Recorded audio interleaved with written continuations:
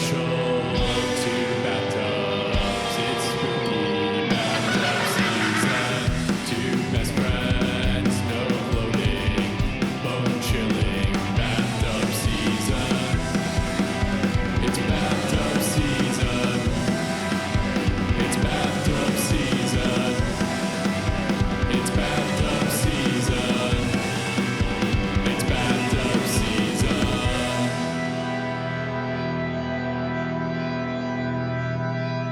Well, good evening, Austin. How are we? Tired. Okay, should we just go take a nap instead and just let the thing roll? Perhaps. I think our audience might like that. I think we could use a nap. If you can't use the nap, I need to know your secret to survival right now. Because I'm struggling. And can I have your nap? Yeah, that too. That sounds wonderful. Our 5-month-old baby is not sleeping well, so I could also use a nap. I think we're tired for different reasons, work versus family. But we are both sleepy boys on tonight's spooky special. That we are.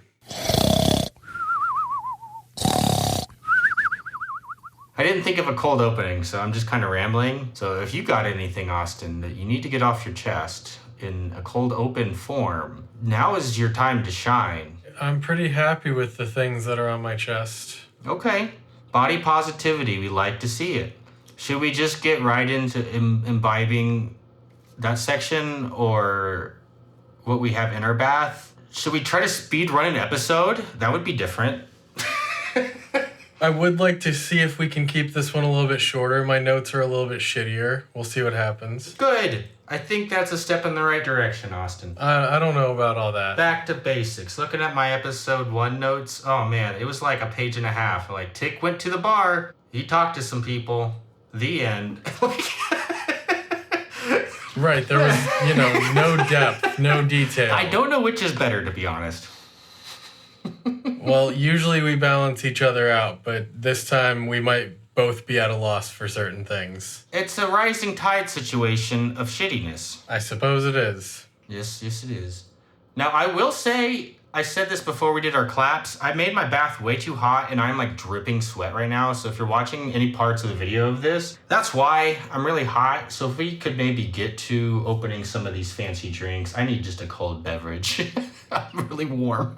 See, I actually wish I made my bath just a little bit warmer. We turned our heater on for the first time this evening and it just feels wrong. It's pretty cold outside. It is pretty cold. Hank Hill would be proud. We are a propane house. Are you gay? What? No, I sell propane.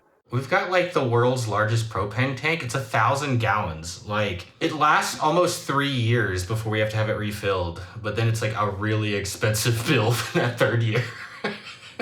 Yeah, I can imagine. Because we're out in the country, so we don't get gas piped to our house. Now, I know I spoke of the trip before, but it made me think of it. When we were in Iceland, this isn't going to be like, oh, I went to Iceland, so I did all this cool stuff. But no, it's related to what I just said. In the apartment we were staying, they didn't have like gas piped in. All the houses and apartments had steam piped in because of all the geothermal in the area. So everyone had like radiators and it just was community steam being pushed through it. And we saw that in all the businesses and their towel racks were also radiators. So it just like heated the room and dried your towels and clothes. And we need to get on that level because that is such a good idea. I don't know that works where we are, but it'd be great. There's geothermal everywhere if you dig deep enough, Austin. Sure. That's what the Balrog told me that I found in a cave. Oh, yeah? He's a chill dude. He doesn't like men in white robes or gray robes or when they stop him from walking over bridges because, man, those Balrogs do love their bridges. Well, okay. Do you know the Balrog and Gandalf are cousins? No. Now you do. Now I do. I'm dripping sweat. I'm back in a sauna over in one of those Nordic countries. I don't get the appeal of a sauna. They're nice sometimes. I'm just hot and sweaty. Now what? This is the point? But it's controlled. I don't like being hot or sweaty. So don't go to the sauna. Yeah, that's what I'm saying. I don't understand. It's not for you. It's not for me. Not for me. I've been taking cold showers recently even. No, thank you. Cold shower! Hey! You can't turn the sink on when someone's in the shower. This is not some fancy hotel. I'm just hot all the time, Austin. We've discussed this. Too hot for your own good. I know. So hot it hurts. It sounds like you've had a stressful day, Austin. What are you enjoying to decompress a little bit? Well, I have a pre-roll of Sherb cream pie. Sherb cream pie or sugar cream pie? Sherb. I mean, both sound good, but wanted to clarify. And then I do have a beer beverage. Oh, what a strange way of describing a drink. I have 2, actually. Ooh. And I'm going to let you decide which one I drink. Both. That was not the option. Okay, what are the options? May's Machete or Blood of the Smooge. I have 2 questions. Who is May? Is it James May? So it's maize like corn. Oh, okay. And what's a smooge? I don't know what a schmooge is, but it's spelled SCHMOOJ. Which has the cooler can?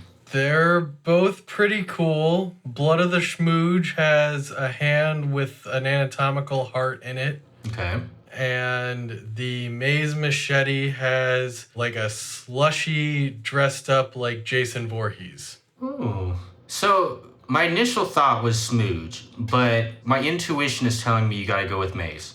Final answer. All right, Maze it is. My heart is telling me, my FFA 4-H heart is telling me to go with the corn.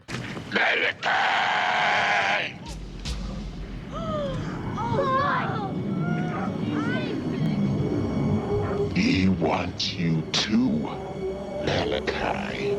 Well, Maze Machete It also just sounds good. is a smoothie style sour ale with tangerine, cherry, and blueberry, and cheesecake, fruity cereal, and graham cracker flavors. So where's the maize? None of that has to do with corn. I do not know. So I was thinking like a real like corn or wheat forward old school beer just sounds great. A real corn cider? Does that exist? That sounds wonderful. I don't know many people who want to drink their corn. I like the taste of like field corn. You ever just eaten a piece of field corn, Austin? Sure. Like grabbed it off a cob in a field? I prefer it cooked, but sure, I have. It's way better than you would think. It's pretty good. The cows are onto something. I've also eaten raw potatoes while we're at it. Now, that is not good. It's okay. Not a fan. So I have 2 fun drinks as well, but I do plan on drinking both of them. One is a fancy soda, but the other one I'm going to start with for reasons that will be clarified now because I had to pull up the picture. My first one, I don't know if you could call it a mocktail, but there's no alcohol in it, but it does have Revive cannabis-infused wellness shot in it. And it's like a drink concentrate, like you only take 1 shot's worth. Is a full dose. So I mixed it with some plain seltzer to make a little mocktail. And this takes like an hour and a half to kick in, so I'm gonna start with this. Okay. Blue raspberry. It's very good. I've gotten it before. I don't think I've ever had it on the show. And I've got it in this fancy rocks glass that has an etching of a map of Dayton that my wife got me a couple years ago for Christmas. Very nice. It's very cool. Yeah. And the other drink is Frost Top Black Cherry, sweet fountain flavor. Now I've had Frost Top root beer and it's very good, but I saw this at Meyer. Our good old buddy Meyer had this sitting out on an end cap and it looked really good. So it said it was born 1/11/25. I've never seen that on a bottle before. Like back next to the expiration date, it also says born and a date. It is kosher, if you were curious. How strange. Did they have to say a prayer when they killed the cherries? Is that why it's kosher? I don't know. If you are Jewish and you listen to this show, let me know how kosher soda works, because I'm like, not in a funny way, I'm genuinely curious what that means. Blessed by a rabbi. Well, these hot dogs are like you too high. They're, Kosher. yeah, kosher. Wait, what's kosher? It means blessed by a rabbi? I guess everything needs some blessing every once in a while. Like salad. I've never eaten a full salad in my life. Well, you put blessing on it. Is that before or after you put your pants on? Third. Okay. It was a pretty good pun, Austin. Pretty good pun. So, do we have, what the fuck? Do you have any sack soup seasoning? We do. I hate soup. It's the wettest of foods. Oh, soup, right. Yeah, right. No soup for you! Soup! Thrilling 3-day soup spectacular!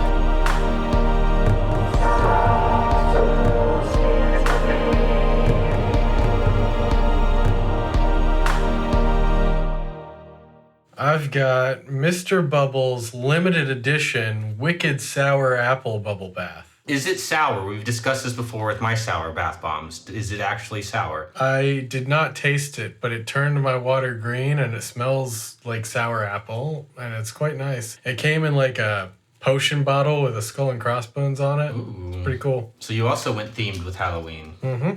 I also did. I stopped by Five Below today. That's where I get most of my bath bombs. And now I will say they were getting rid of all of their Halloween stuff, so there wasn't many options left. They had mostly Christmas stuff out. But I did find this fun thing. I almost walked out, but it was right near the exit. It says Feelin' Pumpkin Spicy Bath Scrub and Bath Bomb Set. And it's a cup filled with apparently bath scrub, and then on top, like a float, is a pumpkin bath bomb. And it comes with a spoon. Okay. I'm guessing the spoon's for the scrub, but I don't know how to do a sugar scrub. So I think just throughout the episode, I'm going to be spooning sugar over my naked body while we record, if that's okay with you. Seems reasonable. Now, I did actually bring my bath knife because I wanted to make a joke that I always have it now and didn't think I would need it. And I'm so glad I did because this required a bath knife. Always does. Always does. You call that a knife? This is a knife. That's not a knife, that's a spoon. All right, you win. I see you've played knifey spoony before. There's a lot of sugar in here. It's like a full-ass cup of sugar and a little bath bomb. Little bath bomb. It's going under the hose.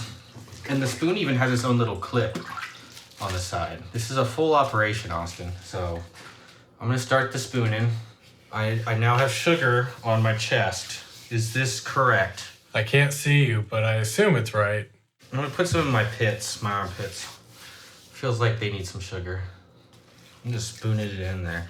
I think it's for exfoliation. It's kind of giving me the goosebumps. This interesting smell. It's not overly sweet like I expected. It's very like if you just took a whiff of like pumpkin spice out of a spice jar in like Kroger, where it's like there's no sweetness. It's just the clove that you're smelling, which is not. I didn't want it overly sweet, so it's a nice surprise. It's very autumnal. That's become one of my new favorite words, by the way. Has it now? It's like cellar door. It just feels good to say. Autumnal. It's got a good mouthfeel to it. New favorite words. Oh shit, I was gonna talk about this on the drink section. I got some big news. I hit 1 year of sobriety from alcohol this last week. Very excited. Congratulations. Thank you. It feels very good, actually. I've been journaling over the last year, and man, reading the journal entries from a year ago, I was not a happy person. I apologize for the pod back then. Or maybe it was better because I was more insane, but definitely a different person now. Like, not being funny. I have done some growth. Growing ain't easy. Is this salt? I got something in my eye. I thought it was sugar scrub. Oh, it's salt. Okay, it's not sugar. I need to be careful on my eyes.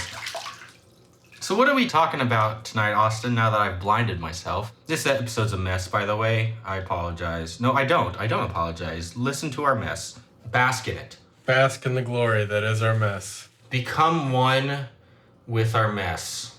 Smell it, feel it, rub it all over your body and your pits and your hose. Like a Five Below Halloween autumnal bath set.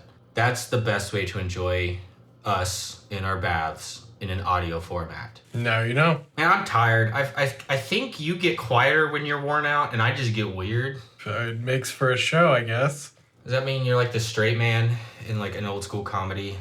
I suppose I am. All right, straight man. What are we talking about tonight? Will Winton's Claymation comedy of horrors. Hey, I watched that. Well, we want to talk about it? Maybe. Yeah, I do. How did you discover this show, Austin? This was your choice. You've actually picked all of our Halloween specials, I believe. I stumbled across it on the internet. So you weren't familiar with this before? Nope. I did some digging too on the background of this, and it seems like this is actually a fairly well-remembered TV special. It's not like completely forgotten. He had a few specials. I wasn't familiar with the name Will Vinton, but I'm certainly familiar with his work. He's known especially for the California Raisins show, which I never watched, but being a kid of the 90s, I remember seeing in like commercials and like toys and shit. But like his style claymation really is like 90s claymation. Very cool. He also did Return to Oz, which I've never seen, but I know is famously weird. Done a bajillion short films. But one cool thing about this particular Halloween special, it got an Emmy. Did you know this? I did not. One of the animators got an Emmy for this for Outstanding Individual Achievement. This special is for ages 5 and up, apparently, but our show definitely is not. And he also did a follow-up Christmas and Easter special in the same vein as this. So we might have to do those. Perhaps. Any other notes before we dive into the episode? Any burning desires? Nope. Man, this blue raspberry is really good, and that makes it dangerous. Like, I could see myself just drinking the whole thing and just, like, greening out and not being able to function for weeks. Because it tastes delicious. That's how they get you. I got some popcorn waiting for me after this episode, which I got ready beforehand. Oh, I got it from Aldi. If you have an Aldi nearby, in their, like, aisle of shame, they have their fall like pumpkin spice shit out right now. There's some pumpkin spice popcorn and maple drizzled popcorn that is seriously one of the most delicious things I've ever tasted, like bar none. It's so good. So the next time you're in Aldi, look. I like the maple one a little better, but they're both like outstandingly delicious. I've bought like 4 bags so far. And they're going quick. I had to go to 2 Aldis to find some, so I'm not the only one who's feeling this. Who can say no to it? It's really good. This episode, are we beginning? Has the episode begun? Dive right in. Yes, we'll be like Magnus and rush in. This begins with a creepy castle on a stormy night, as so many Halloween specials do. The screen reads Halloween a long time ago. Yeah, I can respect this ambiguity. I like that. It's not like 1467. It's like, this is a long time ago, and that's all that matters. I liked that.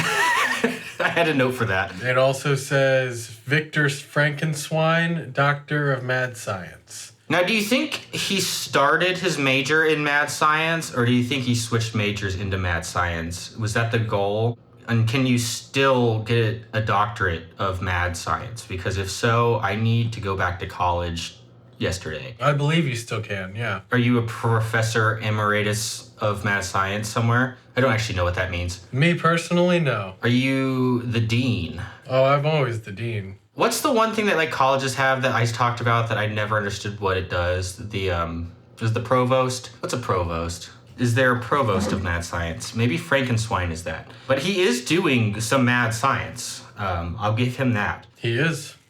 And then we get the opening credits. And after those, there's another on-screen text that says Halloween, a short time ago. Yep. This is one of my favorite gags in the episode. I thought these were kids at first. They are not kids. These are adults. There are 2 pigs and a snail setting up a rocket carnival ride. The ride seems rather violent. It's purposely designed to rock people back and forth in a way to knock the change out of their pocket. And I can respect that grift. Yeah, the rocket's on an arm and it slams you into an anvil like a hammer. Which, at first seems ridiculous, but I went to the county fair a few months ago and took my son on some rides. And looking around at those rides, that's not too far off of how fair rides actually are. True. They just, aren't definitely going to violently concuss you. They might. Unfortunately, though, it breaks and the rocket end of it lifts off into space. So one of the pigs is gone. Yeah, that's Vince. Ooh, that's a good cherry soda. Sheldon, of course, is the snail, and he falls into the hole left by the rocket. He finds a book that gets pulled into his mouth for some reason that says Frankenstein on it. He puts it in his mouth, but he doesn't seem to be in control of himself. But he finds this book because he's picking up coins at the command of Wilshire. Is that the other pig's name? I never really caught it. The main pig? Yeah. Yeah, that's Wilshire. Okay. It was in the opening credits. I don't read those. Well, it was there. Well, good for you. I want them to say names organically, because that show don't tell. The first thing of filmmaking. I took a film class. I'm sure they said it somewhere in the show. But the book turns into a TV, because of course, and there's a corny salesman voice about a lost diary of Victor's Frankenstein. This is all happening in Sheldon's mouth, if that's not clear. At the bottom of a hole. We do a lot of hole-related episodes, apparently, because Napoleon ended up in a hole for a bit. Did the Tick ever end up in a hole? I feel like he did. I don't remember the Tick being in a hole. I'm sure he's been stuck in a hole at some point, though. Probably. I'd be surprised if he hadn't been. But in Everything You Know Is Wrong, they went into the hole. That was the whole point of the thing. They were all going in a hole. Yeah. So this show is secretly only about holes and people going into them. It's like that book. The Count of Monte Cristo? Yeah, that one. Okay. I've never read it, so I'm glad to hear that that's what it's about. I spent 30 years digging this tunnel, but now I can't use it. I'm simply too old. And decrepit. But you can escape and use this map to retrieve my buried treasure. With it, you can have your revenge. Or was it The Giver? Definitely not The Giver. I'm not familiar with your library, but I believe you, as well as I'll believe you as you describe what happens next, because I've been talking a bunch. Oh, jeez. It's a slideshow presentation is what I had written down. Yup. TV, timeshare. Apparently, Victor Frankenstein created a creation that could rival the gods. Yep. But he got interrupted by some pesky peasants, and I hate when that happens. Yeah, he perished at the hands of an angry mob. No, he didn't. He got killed by lightning while he was trying to escape the angry mob. No, same difference. I think those are very different ways of dying. When Victor dies, the projector screen turns into a cannon pointed at Wilshire, who is scared, until it shoots confetti onto him. Now it's a TV again, and the voice tells Wilshire to use this map to find Victor's secret laboratory, and extends Sheldon's tongue to reveal there's a map on it. Yes, and the pig is very excited about this development. Yes, the voice invites Wilshire to the mansion to claim his prize, which could be an Instamatic camera, his and her scooters, a tote bag, or the grand prize, Victor's monster. Now, Sheldon's not into this. He doesn't want to go. No. Also, what was up with the weird animal that popped out of the wall at the end of that? Just to say, act now, this limited time offer ends at midnight. I mean, it's important information. Maybe that was the lawyer. Okay. His boss is your game. Yes, his monster lies waiting for you. Sound interesting? You bet it does. Just use this handy map to locate Victor's secret laboratory and claim your prize. It's easy, and you're guaranteed one of these wonderful prizes. An Instamatic camera, his or her scooters, a tote bag, or the grand prize, the fabulous, all-powerful monster. Come on down to the castle today. Act now. This limited time offer ends at midnight tonight. But Sheldon doesn't like this idea of going and getting the creature that could rival the gods. But what's his name? Yorkshire? Wilshire. Wilshire. I just had it written down as the pig in all of my notes. Wilshire convinces Sheldon that he just wants the tote bag, and Sheldon's at least amenable to that idea. Sheldon, for some reason, buys that, right? He should not believe that. If he's Wilshire's friend and he's been around, he should not believe him. However, he does. And Wilshire makes Sheldon Employee of the Month just for possessing the map. I'm not sure what their business is, other than... Carnival rides. You're right. Other than that, I guess it's that. It's good to get recognized at work, though. That's important. In this recognition, Wilshire just drags Vince by his tongue so he can read the map, and they do find the castle this way. They do. They approach the castle, Wilshire leading Sheldon by his tongue.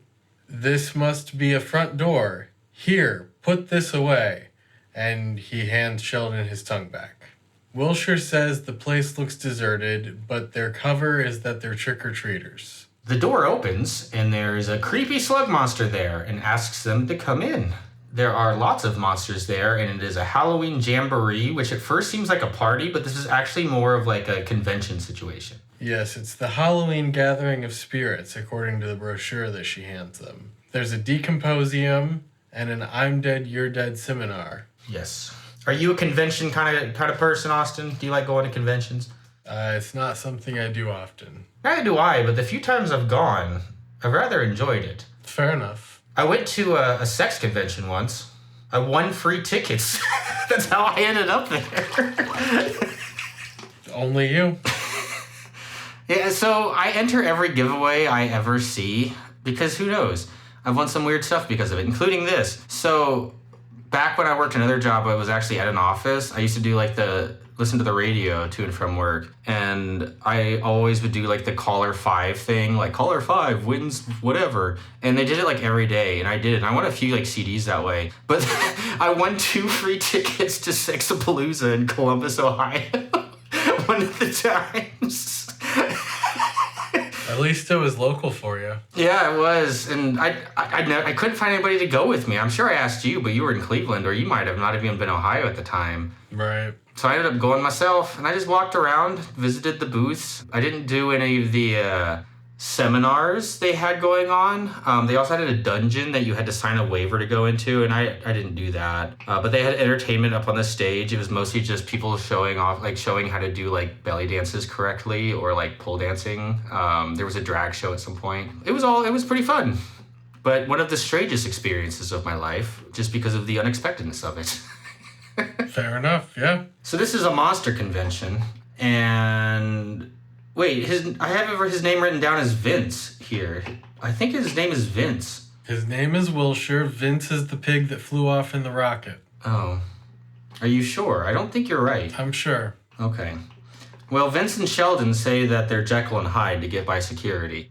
They ask for the laboratory, and there's a short little funny gag where they actually end up in the lavatory. I chuckled at that. Mm-hmm. It was a good one. I do like in this scene, though, that we find out that Sheldon has a little room inside of his shell that includes a poster for Save the Snails and a little pillow. I wish I could just carry around a little room like that. That sounds lovely. You know, it kind of does. Like a little pocket spa. You've been really stressed, so I thought I would take you for a spa day, just you and me. A what day? A spa day. What's this word spa? I feel like you're starting to say a word and you're not finishing it. Are you trying to say spaghetti? Are you taking me for a spaghetti day? So, yeah, when they end up in the bathroom, Wilshire says, lavatory. I hate homonyms. And Sheldon is hiding in his shell where we see the room you described. Wilshire tries to coax him out and sticks his head in the shell. Come on, you gutless gastropod. No way. Didn't you hear that thing? They'll kill us. Wilshire demands Sheldon's tongue again, saying, oh, you're scared? It just shows we're on the right track for my tote bag. Now open up. I didn't know he was a life coach. It was very life coach kind of advice. If you're feeling fear, you know you're on the right path. Yeah. I do not want him as a life coach. No, I do not. Maybe Sheldon. He seems chill. He does seem chill, although a little naive. We all could use a little more naivete in our life, I think. From our life coaches? Yeah. I want a naivete life coach. New business idea. I don't think anyone wants a naive life coach. Come on down to the laissez-faire fair, where I will teach you to be careless. Well, that sounds appealing. Yeah. It's right next to Sexapalooza. 2 for 1. It was at the fairgrounds. It's a sizable venue. It is a sizable venue. Where are we at? Sorry, I'm also very tired. They then go to a restaurant where Dracula is the hostess, which is very nice. Tells them that he has a table ready for them, but unfortunately there's already a person there, but they say it's okay because he's dead, because it's a skeleton. That skeleton is Famine from the 4 Horsemen of the Apocalypse. A famine. A famine of the 4 Horsemen of the Apocalypse. Yes, he shows him his business card, and it says over 5 billion not served. Address 666 St. Limbo, Illinois. He's on sabbatical, though, so he's going to keep the secret that they are living, because we find out that if the monsters here found out they were living, they'd be in deep shit. Yeah, because they assumed him passed out, and when Wilshire said they were alive, or I guess he said something along the lines of, nobody suspects we're alive, the skeleton like popped up alive. Alive? Did you say alive? We meet the other 3 horsemen, though, and they're interesting. Yeah, there's, what was it? Pestilence, War, and Denture stains? Yep. What an odd poll. Like, you could have made a gag about literally anything that people find annoying. Denture stains. It's a bad one, I suppose. So after this, there's not really anything from there, but they do discover that there's going to be a science demo, and they think this is a hot lead because science could be where Frankenstein's monster was made. It is worth mentioning that this whole time, Sheldon has had the plunger stuck to his face. I blocked that part out, so yes. So when they're in the bathroom, that's how Wilshire gets Sheldon out of his shell, is with a plunger. And for that entire scene, the plunger is stuck to his face. And at one point, one of the horsemen, I think it's War, flicks the handle of it. And he's like, "Who's this, Pinocchio?" But when they sneak away from the horsemen and out into the hallway, Sheldon bumps into Wilshire with the handle of the plunger.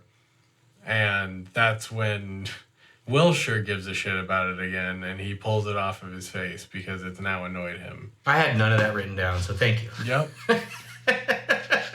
But they do go towards the science demo, and they are met by a blue blob. And they find that the current speaker is Dr. Nietzsche, and he's doing a self-help routine on feeling deader and deader. I thought that was a good joke. That is a good joke. Hey, there's our other self-help. So we have naivete and nihilism for our self-help course tonight for Halloween. Willie doesn't care about anything. He's a nihilist. Oh, that must be exhausting. He had a good mustache.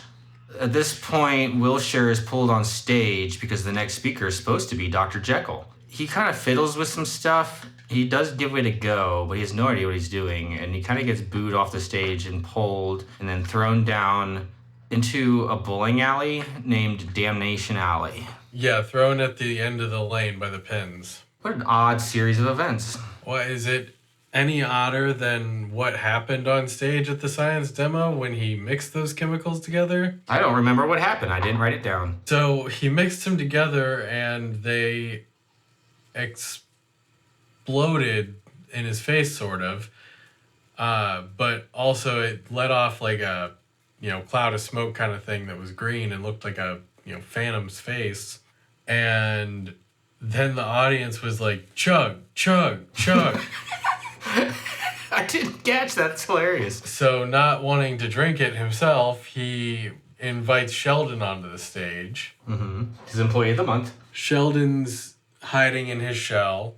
So he pours the concoction into his shell, and out pops a purple teddy bear. A singing purple teddy bear. It's all cute and shit. And the crowd is like not happy about that. Mm-hmm. So he crams the teddy bear Sheldon thing back into the shell and throws another bottle of something in there.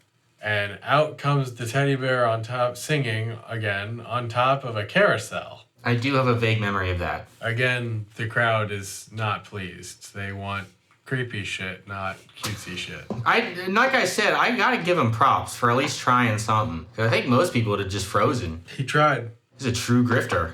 Maybe he should be a life coach. Is that what you do? Fake it till you make it. And then fake it some more. And don't get eaten by monsters. That's the most important rule. It's like that one amendment to the Constitution where it's like people can't stay in your house, where it's like, that's important, but I don't think we're going to have to deal with this too often, but I'm glad it's there. So don't get eaten by monsters is one of the most important rules in self-help. Fair enough. I'd buy this book. Maybe I should write it. So we're in a bowling alley, and then my notes jump forward to him following the tongue, and they end up in a swap meet. Is there anything about the bowling alley you wanted to mention? I don't think so, actually. Other than there's a mummy bowling with his own head. That's fun. I mean, I feel like a lot of the stuff we're describing sounds kind of lame, but this is some of the coolest claymation that I, have ever seen, because there's not a lot out there, but it's very well done and super cool. So, I apologize if this sounds not exciting, but it's worth watching. We'll get to that at the end. As far as the story, after this bowling mummy, they end up in a swap meet, but this is very much like the vendor area of a convention. Like, it definitely gave those vibes. Yeah, for sure. Like trade showy. Yes. Where you go around and get all the free stuff and accidentally sign up to get a camper cleaning, even though you don't have a camper. The Slashmaster makes jack-o'-lanterns a snap. See how easy? Stay sharp for centuries. And Mom, those Halloween desserts? No problem! That's Slashmaster. This Halloween, Slashmaster. But Wilshire runs into somebody he knows. What are the chances? His grandma. He missed the funeral of, because his grandma's a skeleton. Yes, she is undead, as is everyone else. She's not a fan of his weight. She calls that out. She calls him out pretty hard. Mm-hmm. She basically becomes a siren repeating the word mortal so everyone can come get them. Wait just a minute!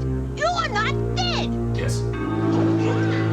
Of course we're dead. See? Can't feel a thing. Dead. Bottles! Hey, that's my granny.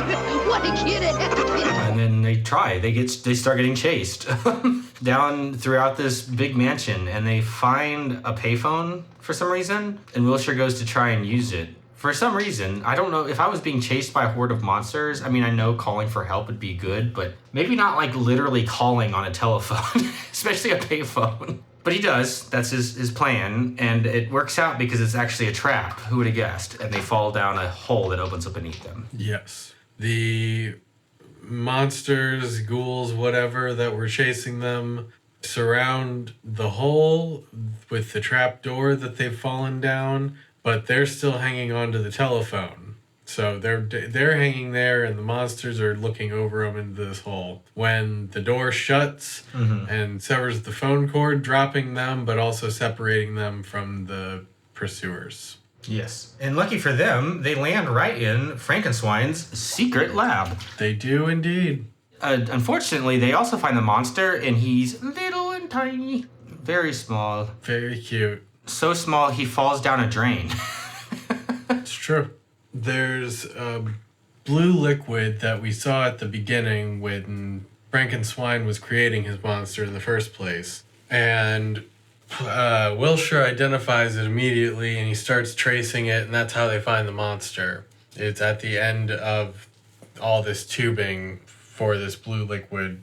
And as they discover the monster, and they're like, what the hell is this? Because he's poking it with a pencil eraser, and it looks massive compared to this tiny little Frankenstein's monster. A drop of the blue liquid falls onto the monster, as it seems to be intended to do, and it grows a little bit, it doesn't grow at that time, it animates.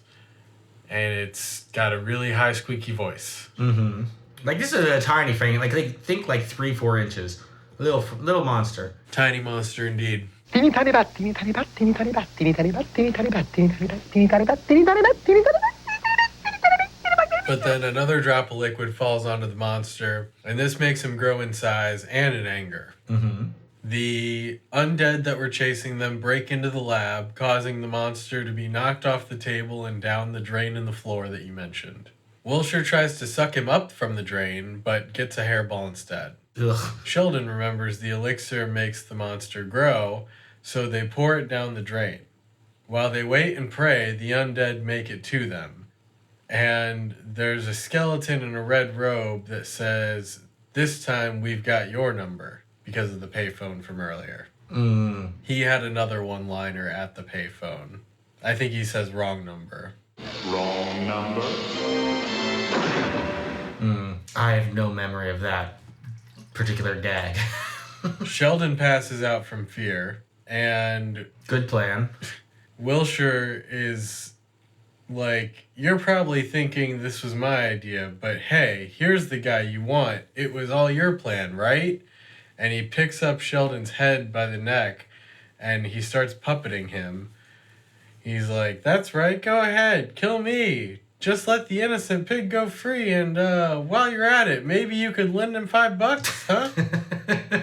Yeah, because at this point, the monsters are starting to get close again. They found another way in. No, they're right there. He's talking to the monsters. The red skeleton guy motions, and a boy with a chainsaw wearing a hockey mask emerges. The chainsaw dies, though. At this point, Sheldon comes to and suggests trying the choke, which works. The chainsaw is back in play. Very polite. At that moment, Frankenstein's monster finally grows enough that his head pops out of the drain. He's the sweet version of the monster, though. Yes. Everyone kind of looks confused, and Wilshire pours more of the liquid on the monster. He grows and becomes the angry monster again, and from atop the monster's shoulder, Wilshire says, "Boo," and the other monsters scatter. Then he just keeps pouring more and more onto the monster until the monster's so big it's wearing the castle like a romper. Yes. Very large Frankenstein's monster now. Wilshire tells him to walk, and all of the forest animals scramble in fear. The monster almost steps on Sheldon, but that's when Vince flies by in the rocket from earlier. I knew it was going to come back, but what I love is how long they waited for it to where, like, I had actually forgotten that part of the story. He circles the monster and knocks Wilshire off of his shoulder and onto the rocket with Vince, before crashing into the monster's nose. This pops a hole and the monster deflates. Apparently it was all air. Yes, but they do try to reinflate him with a bike pump. It doesn't work. It doesn't work. And then, unexpectedly, Sheldon finds the tote bag, and there's more elixir inside that they don't see. And then the credits roll. It's kind of a very sudden end. Yeah, I was going to say the ending felt very abrupt.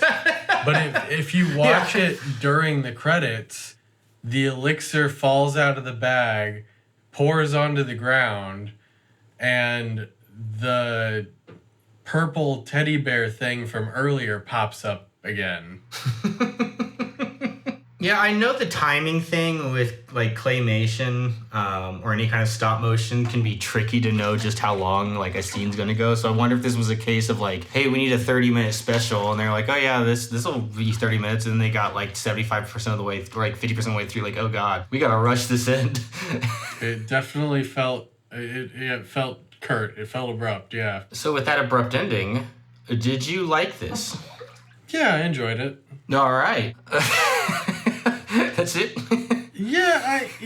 I agree with you about the claymation. I think the style is very cool. It's worth checking out because if for no other reason than the style is really cool, but it was a fun watch, and it's not a long watch either. So like, if you hate it, then you didn't waste that much time. Yeah, I actually felt fairly similar where it was just pretty good, but pretty good in like a charming way to where like I wouldn't like turn off the lights, make a bag of popcorn and put this on, but I would absolutely love to just have this on in the background while putting up Halloween decorations. Like it's that kind of watch. Which is not saying one's better than the other, it's just very different. Mm-hmm. It's like having on like Hallmark movies or on Christmas or something, but like this would be a good one for Halloween. Like I said earlier, I love stop motion. I love the artistry of it. So I just thoroughly enjoyed watching this as a form of media. The story was all right. The jokes were pretty good. Wilshire's kind of a dick. Kind of an asshole. Not just kinda, he is. Yeah, it could also be like, this came out like early 90s. So I know like kids television that I remember seeing when I was a kid, like the kids were way, like a lot of the people were way meaner. Like, I don't know if that was just like a cultural change. I don't know. No, yeah, I think saying it was pretty good. That's my rating. Hey, your rating is insane. I'll probably watch it again. Like I said, I could definitely see myself putting this on while, like farting around the house doing chores next October. Yeah, I'll probably watch it again as well. So what else do we do at the end here? I think we need to decide who our recording schedule has been so spaced out recently. And we're both very tired boys who are also recording from a medium of relaxation known to be especially acute. after a long, exhausting day. Who deserves a bath? I didn't have a note for this because I kind of forgot. So this whole episode, I've been trying to think who needs a bath in this. But I think I have an answer, but I want to hear yours first. I think Sheldon. That was my first gut reaction just because he gets shit on the entire time. What's your reasoning? That. Oh, okay. And he's Employee of the Month. He deserves a prize. A nice little spa day would be warranted. But I think actually my answer would be Frankenstein. Not Frankenstein. Frankenstein's monster. Frankenstein's monster. Because, like, he's just been chilling, except when you're, like, pouring noxious elixirs on him, he's like a chill dude. So he's just kind of having a real bad day. He went down a drain pipe that's apparently full of hair, which would be gross. He's got an entire castle wrapped around his body, including the lavatories. Like, he physically needs a bath, and I think, like, mentally and emotionally, Frankenstein's monster really needs, like, a bath. So maybe, like, I guess it would depend on what size he was. It could be a sink, or it could be, like, the Mediterranean. Well, whatever it is, we'll figure it out. Oh, I won't. That's not on me. Fuck it. You wouldn't help? I would probably help. I didn't have a favorite line. I did try to find one while I was making my notes, but there weren't enough just, like, funny lines. There were some funny scenarios, but no, like, one-liners. Yeah, I didn't love any of the lines. That was a pretty good Halloween special. But while you're waiting for our next episode to hit your ear holes, your cochlears, all that weird little tiny bones in there, you got anything to suggest to our wonderful listeners and to me, Austin? Let's see.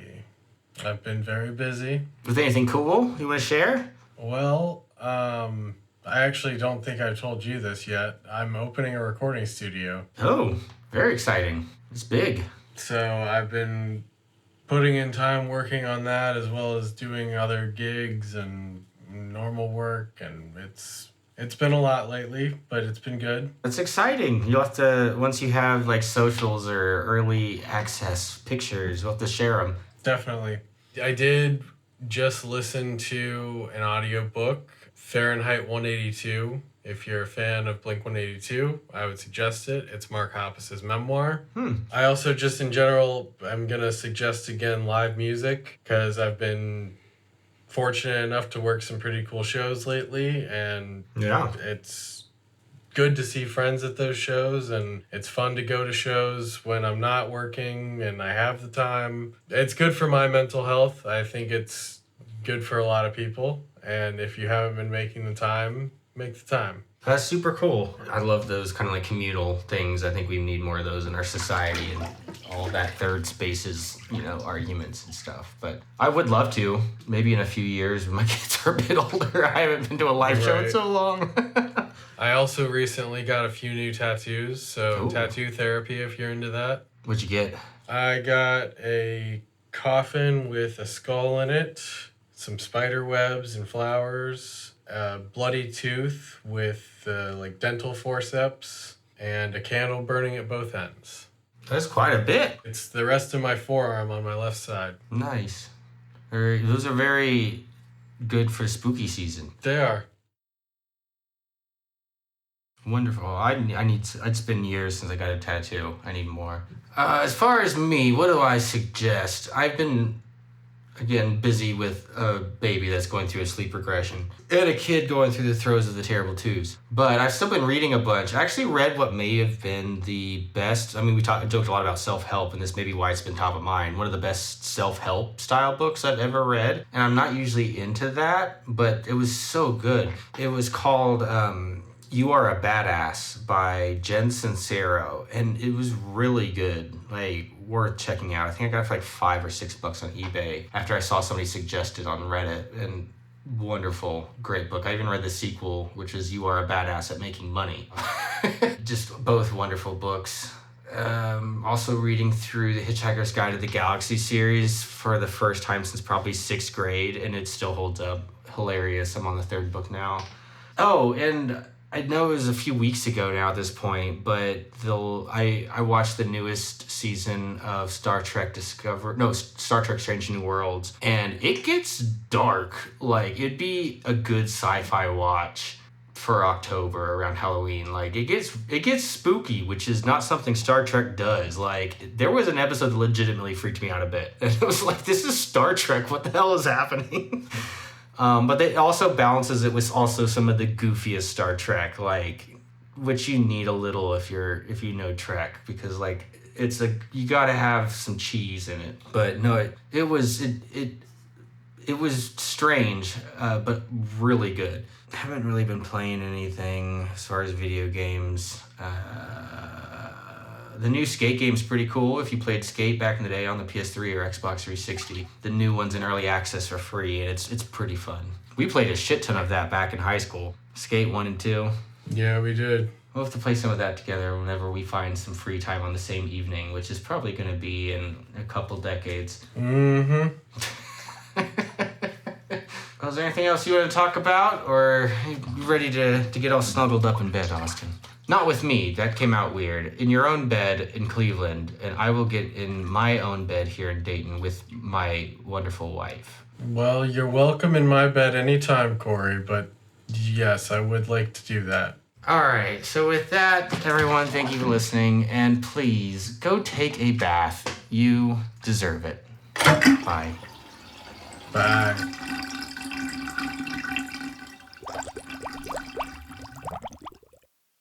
This podcast is a production of Unfiltered Studios. If you would like to know more about joining Unfiltered Studios, please visit our website at unfpod.com for more information.